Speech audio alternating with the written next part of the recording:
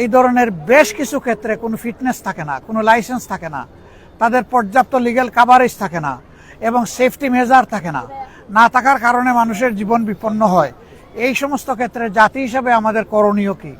আমরা দ্ব্যর্থহীন কণ্ঠে বলি, ভাই, সমাজের সর্বঙ্গে ব্যথা আপনি মলম লাগাবেন কোথা? সব জায়গায় তো সমস্যা।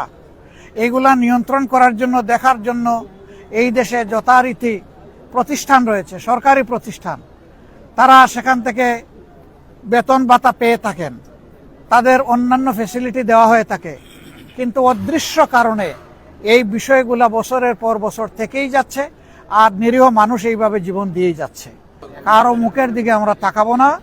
আল্লাহ যদি আমাদেরকে সেই সুযোগটা আমাদের হাতে এনে দেন, তাহলে একটা নিরপরাধ সমাজ গঠনের জন্য, দুর্নীতিমুক্ত সমাজ গঠনের জন্য আমাদের সর্বাধিক অগ্রাধিকার থাকবে।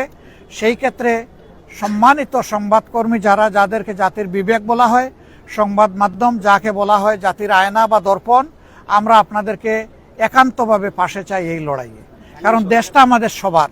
সুন্দর হলে, ভালো হলে উপহার সবাই পাবো, আর যদি অসুন্দর হয় এবং কোনো ক্ষতি হয় তাহলে তার দুঃখ বেদনা আমাদের সকলের উপরেই বর্তাবে।